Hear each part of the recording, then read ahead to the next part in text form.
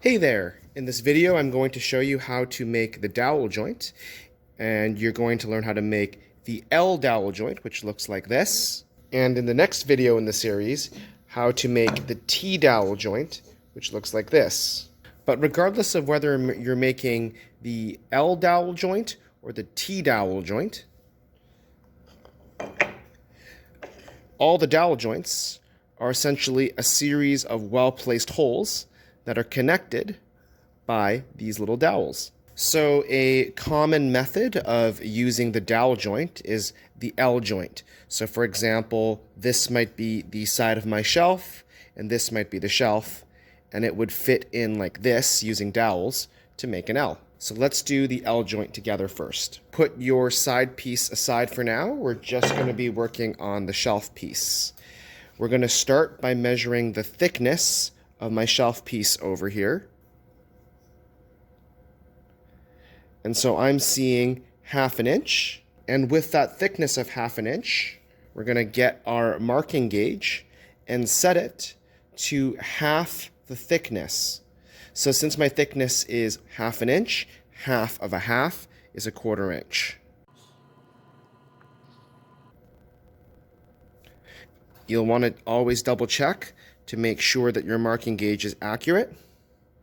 Yep. Now you're going to take your piece. Now you're going to score a line using the marking gauge like this.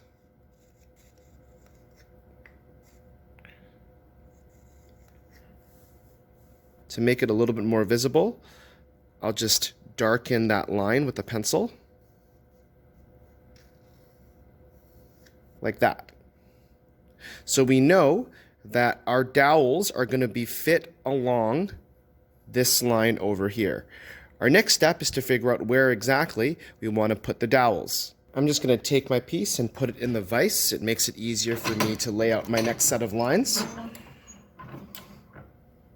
And now we're going to decide where we're going to drill our holes to fit our dowels. My advice is probably don't put the dowel too close to the edge, because if you're drilling and you miss, you might end up blowing out through the edge. So at the very least, I personally would have the dowel at least 1/2 inch away from the edge. For this piece, I'm going to put the dowel 3/4 inch away from the edge.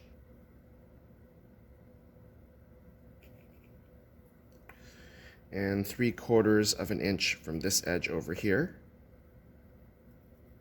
And to make it more visible, I'll use a square.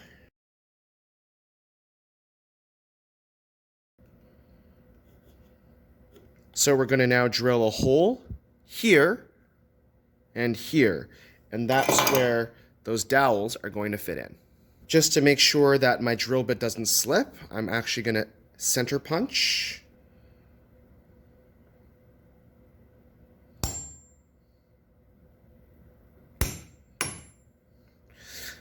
And that will just help the drill bit land right exactly in the hole. If you were doing multiple shelves, so like one here, maybe another one here, or another one here, you'd probably want to take the time to lay out where all the holes are before you move on to this step. Now we're going to set up our drill bit. So bring back your shelf side and put the two together. Grab the dowels that you're going to be using to be making this joint.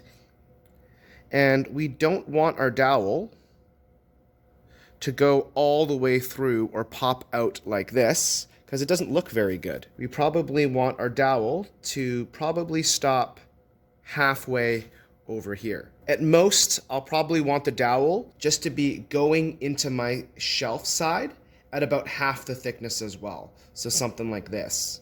Since this is a 1/4 inch dowel, I'm going to be needing to drill a 1/4 inch hole.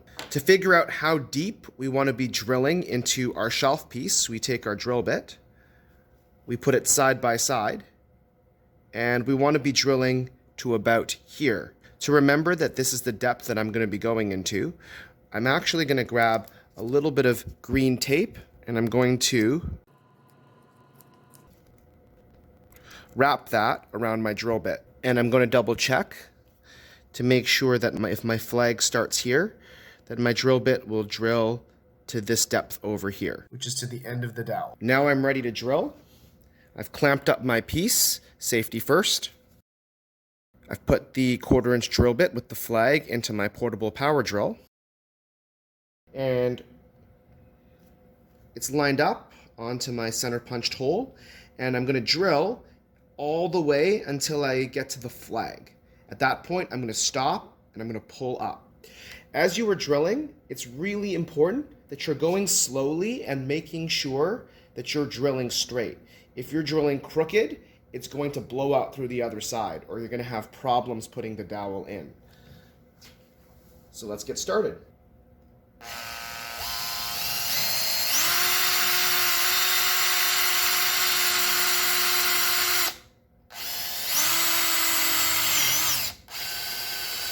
Okay, I'm there. Pull the trigger, bring it up. Before you go off and drill your next hole, just make sure that you've set the tape at the correct depth. I'm going to unclamp this, knock out any of the sawdust in there, take my dowel, make sure it bottoms out. Then you want to take your side piece, rest it on top of your project. Then you can see how much of the dowel is going to go into your shelf side piece. In this case, I'd like to see the dowel go into my side a little bit more. It's not quite at half the thickness, so I'm actually going to readjust the tape a bit. Since the first hole I made was a bit too deep, I'm actually going to bring the tape further up a bit.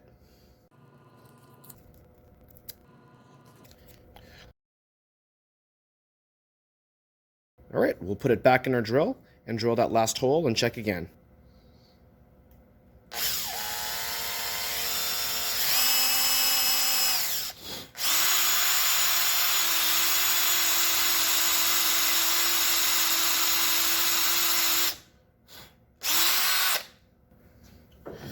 And again, unclamp it, knock all that sawdust out, put the dowel pin all the way in, and check the fit. That's perfect. With our holes drilled, I'm now going to pull the dowels out. You can use your fingers, but I'm going to use some pliers.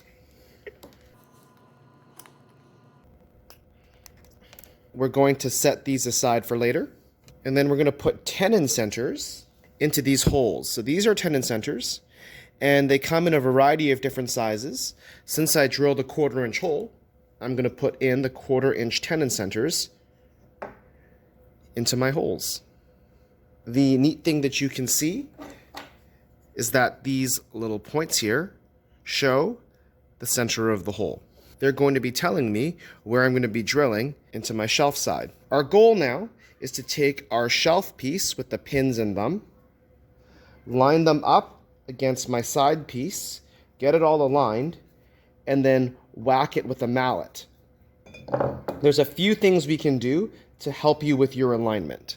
Personally, I like to take one of these silver bench dogs, put it into the hole of one of my benches. I also like to grab a flat piece of wood, butt it up right against my bench dog, and that would allow me to put my shelf piece right up against that piece of wood to make sure that it's flush to my side piece. Again, personally, I like to, just before I hammer this down, make sure that my piece is also flush this way as well. Perfect. Then I'm going to push down a bit, and I'm going to whack it with a mallet.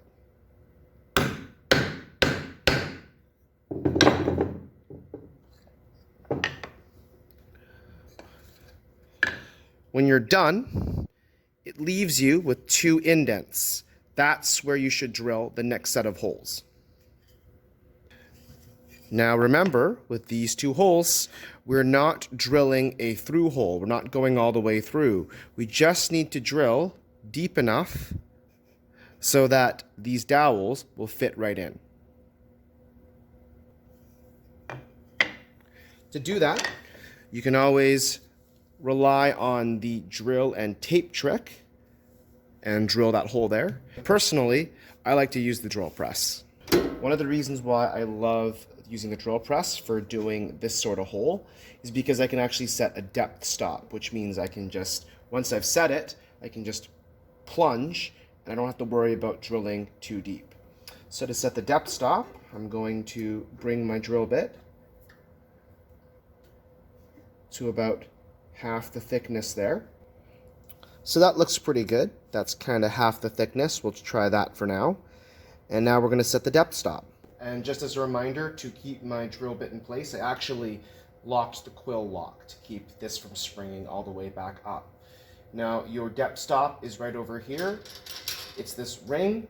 I'm actually going to spin it until it bottoms out against the metal. There you go. And of course, safety-wise, you don't want to be holding on to this as you're drilling. You want to clamp that down.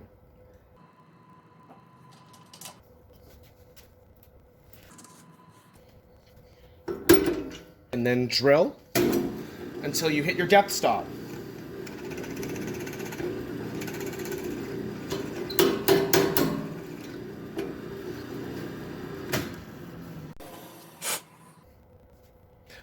Before you move along and drill the next hole, always a good idea to do a test fit.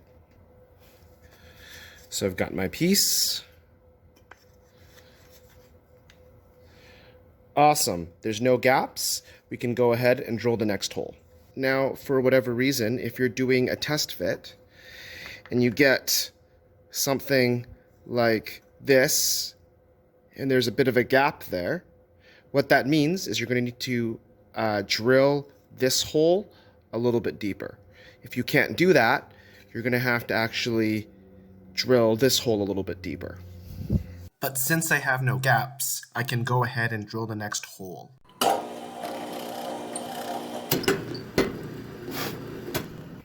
So before you start to glue up your project, always a good idea to do a dry fit, push them together, make sure that there's no gap here. That's looking pretty good. We're ready to glue up. I'm going to pull these dowels out. I'm going to put some glue inside the hole.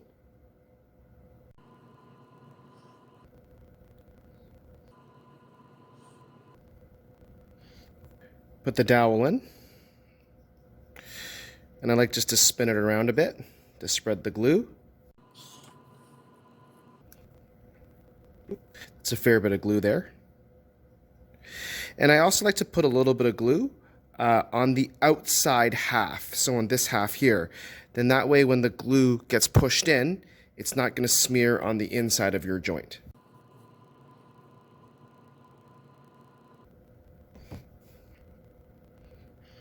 I'm going to put that aside for now. Put some glue on these holes as well.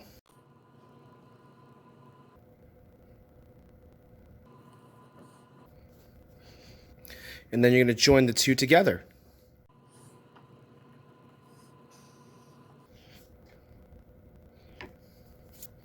And then I like to just clamp this up.